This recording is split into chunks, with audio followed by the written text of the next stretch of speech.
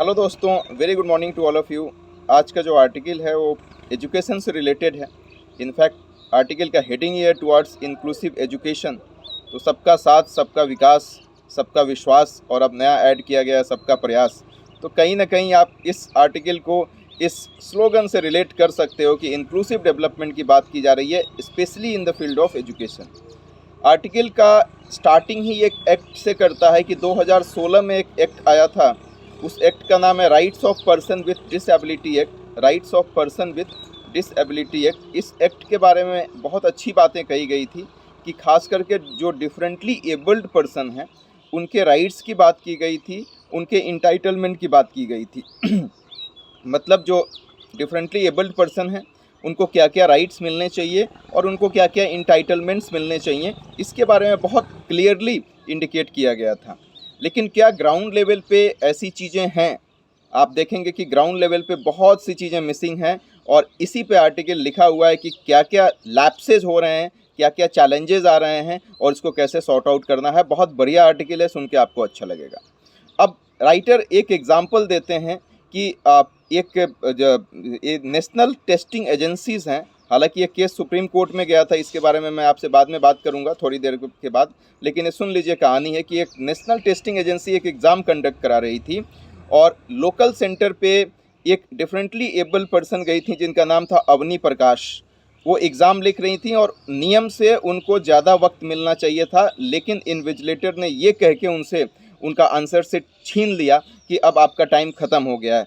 हालांकि अवनी प्रकाश ये बात कह रही थी कि हमको ज़्यादा वक्त मिलना चाहिए और ऐसा प्रोविज़न लिखा हुआ है, ऐसा रूल है कि ज़्यादा वक्त मिलना चाहिए, लेकिन इन्विजिलेटर ने उनकी एक बात नहीं सुनी और उनका आंसर शीट उनसे छीन लिया गया।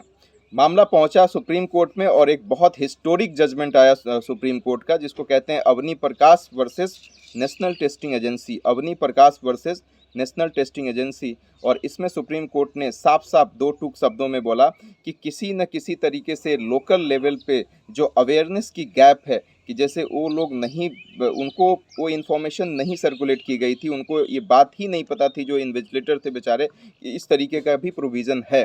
तो सुप्रीम कोर्ट ने बोला कि हमको हर तरीके से जुगत लगाना चाहिए, हर तरीके से प्रयास करना चाहिए, हर तरीके से इन्फॉर्मेशन को सर्कुलेट करने की कोशिश करनी चाहिए कि वो हर एक तबके तक पहुंच सके, खास करके रूरल एरियाज़ में और लोकल स्मॉल टाउन जो जगह हैं वहाँ पे भी लोगों के दिमाग में बातें आ सकी कि क्या क्या प्रोविजंस डिफरेंटली एबल पर्सन के लिए दिया गया है। यही इनका हिस्टोरिक जजमेंट था, जिसको हम कहते हैं Avani Prakash versus National Testing agency.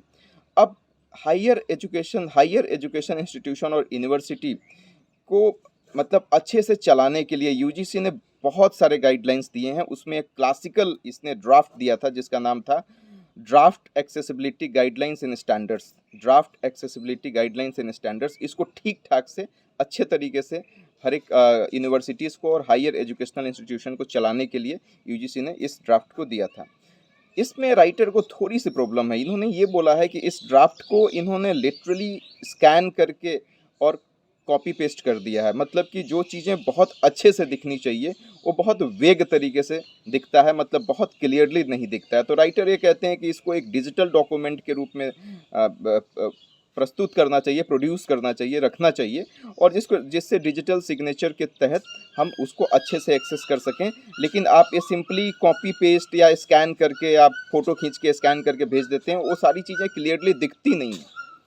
इसी के साथ साथ राइटर ने ये भी बोला है कि यूनियन होम मिनिस्ट्री ने भी कुछ ऐसे ही गाइडलाइंस जारी की थी डिफरेंटली एबल्ड पर्सन के लिए, और उन्होंने भी वही गलती करी। और यही सेम चीज़ सिविल एविएशन मिनिस्ट्री ने भी किया था कि उन्होंने भी कुछ गाइडलाइंस दिया था डिसेबल्ड पर्सनस के लिए, डिसेबल फ्रेंडली इकोसिस्टम या इन्वायरमेंट क्रिएट करने के लिए, लेकिन उन्होंने भी वही प्रिंट करके स्कैन करके दे दिया, जो एक तरह से गलत चीज़ है। इसी के बारे में राइटर बताते हैं। अब इस गाइडलाइंस के बारे में थोड़ी सी कहानी राइटर बताते हैं कि देखो ये है तो बहुत अच्छा, मतलब ये बहुत एम्बिशियस गाइडलाइंस है जो यूनिवर्सिटीज़, जो यूजीसी ने दिया है।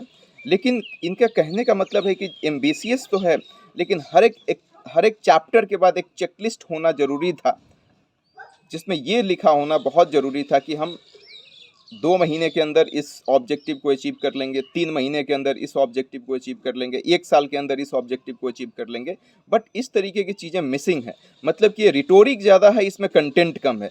ये बातें बहुत अच्छी लिखी गई है, लेकिन हम एक्शन ओरिएंटेड कैसे बन सकते हैं, एक्शन ओरिएंटेड क्या कोई फिलॉसफी है, तो definitely that is completely missing. तो इसमें राइटर यही बोलते हैं कि यदि इस तरीके की बातें होती तो यूजीसी के लिए भी काफ़ी आसान हो जाता मॉनिटर करना, लेकिन ऐसी बातें नहीं रखी गई हैं। एक चेकलिस्ट की ज़रूरत थी, एक एक्शन ओरिएंटेड पॉलिसीज़ की ज़रूरत थी कि हम 1 साल में इस ऑब्जेक्टिव को अचीव कर लेंगे, 6 महीने में इस ऑब्जेक्टिव को अचीव कर लेंगे, 2 महीने में इस ऑब्जेक्टिव को अचीव कर लेंगे, 1 महीने में इस ऑब्जेक्टिव को अचीव कर लेंगे। इस तरीके की चीज़ें मिसिंग हैं। अब सजेस्टिव अप्रोच की यदि बात करें तो सबसे पहले इन्होंने बोला है कि देखो, जो डिसेबल पर्सन हैं वो बहुत डाइवर्स ग्रुप के होते हैं, अलग अलग उनकी निदा फाजली का एक शेर है कि दर्द के चेहरे अलग अलग होते हैं लेकिन उसकी टीस एक ही होती है। तो हर बंदे की लाइफ का एक अपना चैलेंजेस हैं। जितने व्यूअर्स मुझे सुन पा रहे हैं, आप सब लोगों की लाइफ के अपने अलग अलग चैलेंजेस हैं और उसको टैकल करने के अलग अलग रास्ते हैं, अलग अलग स्ट्रैटेजी है। तो इसी तरीके से इनकी एक काउंसलिंग करी जाए और इनके जो भी इश्यूज़ हैं उसको मद्देनज़र रखते हुए पॉलिसी को फॉर्मुलेट किया जाए और उस हिसाब से यदि हम प्लेटफॉर्म बनाएंगे, इनके लिए एक प्लेटफॉर्म दे पाएंगे, तो डेफिनेटली ये लोग काफ़ी अच्छा कर सकते हैं। इसके साथ साथ इन्होंने ये भी बोला है कि एक रिड्रेसल मैकेनिज़्म भी होना चाहिए कि जैसे मान लीजिए कि कोई कॉलेज बहुत अच्छा बिहेव नहीं कर रहा है उनके साथ, या कोई भी हायर एजुकेशनल इंस्टीट्यूशन उनके साथ बहुत अच्छा नहीं बिहेव कर रहा है, तो रिड्रेसल मैकेनिज़्म के तहत वो चले जाएँ यूजीसी के पास और यूजीसी को भी एक टाइम बाउंड मैनर में उनके ग्रीवेंसेस को सॉल्व करने की कोशिश करनी चाहिए। लास्ट में राइटर यही बताते हैं कंक्लूजन में कि देखो, हायर एजुकेशनल इंस्टीट्यूशन मतलब ये खास करके डिफरेंटली एबल पर्सन के लिए हायर एजुकेशन एक बहुत बड़ा साइकोलॉजिकल बूस्ट का काम करेगा, या यूँ कहें कि एक बहुत बड़ा टूल होगा, या यूँ कहें कि एक बहुत बड़ा कैटलिस्ट का काम करेगा। तो इसमें कोई अतिशयोक्ति नहीं होगी। कैटलिस्ट का काम इसलिए करेगा कि इसके बदौलत वो कहीं ना कहीं एक अच्छे जगह पे अपनी जॉब को सुनिश्चित कर पाएंगे और एक जॉब ले पाएंगे, और इनका जो पोटेंशियल है वो उनको हम अनलॉक कर सकते हैं। इनका जो कैलिबर है, इनका जो रियल टैलेंट है, उसको हम अनलॉक कर सकते हैं। तो ज़रूरी यही है कि नीयत बहुत अच्छी है, मंशा बहुत अच्छी है ड्राफ्ट में, ज़रूरी यही है कि उसका इम्प्लीमेंटेशन ग्राउंड लेवल पे बहुत अच्छे से हो।